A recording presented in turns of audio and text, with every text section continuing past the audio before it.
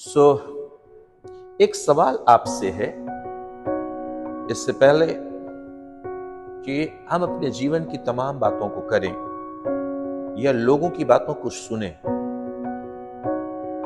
हम देख रहे हैं कि मनुष्य लगातार नाश हो रहा है। आपने देखा होगा कि पिछले कुछ समय पहले कोरोना वायरस, एक छोटे से वायरस ने लाखों जिंदगियों को खत्म कर दिया।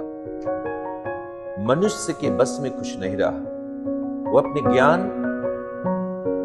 को प्रकट करता रहा, मनुष्य मरते गए, लाशों पर लाशों के ढेर देखे गए, प्रयास किए जा रहे थे, सरकारें प्रयास पर प्रयास कर रही थी, लोग मरते जा रहे थे। वैक्सीन आई, जो कुछ भी हुआ, लेकिन मैं तो सिर्फ एक बात अपने दिल में सोच रहा था, मनुष्य नाश क्यों हो रहा है। और यही सवाल मैं आज अपने दर्शकों को, अपने लोगों को एक जवाब में बताना चाहूंगा। और ये सवाल मेरे दिल में जो मैं आज पूछ रहा हूं, आप बताइए कि मनुष्य नाश क्यों हो रहा है। ज्ञान ना होने के कारण।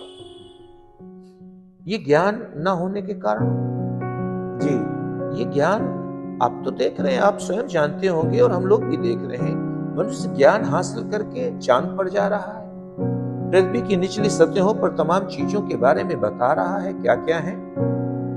वो तमाम प्रकार की किताबों को पढ़कर तमाम डिग्रियों को हासिल कर रहा है। ज्ञान पाने के लिए मनुष्य क्या क्या कह रहा है और कर रहा है, ज्ञान पर ज्ञान हासिल कर रहा है। और आप कह रहे हैं मनुष्य जो नाश हो रहा है वो ज्ञान ना होने के कारण। ये किस ज्ञान की बात आप कर रहे हैं। ज्ञान दो प्रकार के होते हैं जी। एक शारीरिक ज्ञान जी। जो संसार में तरक्की दे सकता है, दूसरा आध्यात्मिक ज्ञान जी। जो परमेश्वर से मिलाता है, परमेश्वर का ज्ञान देता है। इन दोनों शारीरिक और आत्मिक या आध्यात्मिक जो आपने बोला, इसमें फर्क क्या है। परमात्मा ने ऐसी सृष्टि मनुष्य की है कि शरीर का स्वभाव अलग है, आत्मा का स्वभाव अलग है। किसी का पर्स गिर जाता है, शरीर कहता है रख लो, आत्मा कहती दे दो। ये दोनों ज्ञान अलग है। इसलिए और शरीर जो है ये नाशमान चीज से बना, मिट्टी से, इसलिए इसका स्वभाव ऐसा है कि एक दिन मनुष्य के सारे कर्म जो है वो नाश की ओर, विनाश की ओर ले जाएंगे। जैसे कि मनुष्य हजारों साल जिंदा रहता था, अब 70-80 साल में जा रहा है। यह है संसार का ज्ञान, शरीर का ज्ञान। आध्यात्मिक ज्ञान, क्योंकि परमात्मा अमर है, उसका अंश हम लोग के अंदर आत्मा है, ये भी अमर है, ये वही काम करता है। इसका स्वभाव वो है जो हमें सत्य की ओर, परमेश्वर की ओर और प्रेम की ओर ले जाता है। हाँ, मैंने भी बाइबल में पढ़ा है, पवित्र शास्त्र में शरीर और आत्मा के बारे में दो प्रकार के ज्ञान, शरीर और आत्मा। इसका मतलब है शरीर जो हमसे कराता है वो हमें नाश की ओर है, शरीर नाश के कामों को कराता है, और आत्मा जो कार्य कराता है वो परमेश्वर के कामों को कराता है। इसका सीधा मतलब तो ये हुआ, यदि हम आत्मा के कामों को करें, यदि हम आत्मा की चलाए चले, तो निश्चित है कि शरीर के विनाश के कामों को हम उन कामों पर विजय प्राप्त कर लेंगे। बिल्कुल बिल्कुल जी। तो यदि हम शरीर नाश के कामों पर विजय पाना चाहते हैं, कहने का आपका मतलब ये है जी, तो हम आत्मा के चलाए चले। बिल्कुल। और आत्मा के चलाए चलने का मतलब क्या हुआ कि हम परमेश्वर, जो आत्मा के चलाए चलते हैं वे ही परमेश्वर के पुत्र हैं। जी बिल्कुल जी। तो शरीर के काम और आत्मा के काम, ये दोनों इस दुनिया में प्रकट हैं। वो कैसे, क्या प्रकाश डालेंगे संक्षेप में। अपने स्वभाव के कारण दोनों समझ में आते हैं जी। शरीर के जितने भी कार्य होंगे वो विनाशकारी हैं जी।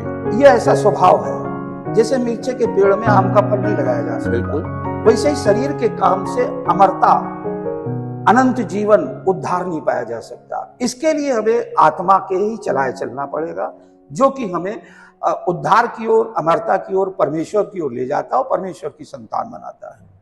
इसका मतलब है जो आत्मा के अनुसार काम करते हैं वे बुद्धिमान हैं, वे नाश से बच जाएंगे जी। जो शरीर के अनुसार काम करते हैं, शरीर पर मन लगाते हैं, वे नाश हो जाएंगे। Thank you. आज हम लोग सुन रहे थे मनुष्य नाश क्यों हो रहा है, क्योंकि वो आत्मा के चलाए यानी परमेश्वर के चलाए नहीं चलता है। जो आत्मा के चलाए चलते हैं वे ही परमेश्वर के पुत्र हैं, क्योंकि हर परमेश्वर जो है उसका अंश, परमेश्वर का आत्मा का अंश हमारे अंदर है।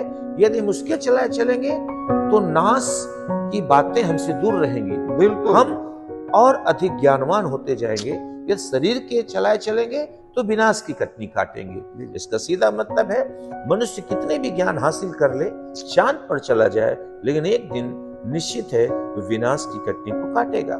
यदि हम परमेश्वर यानी आत्मा के चलाए चलेंगे तो हम नाश होने से बचेंगे, वरन अनंत जीवन पाएंगे।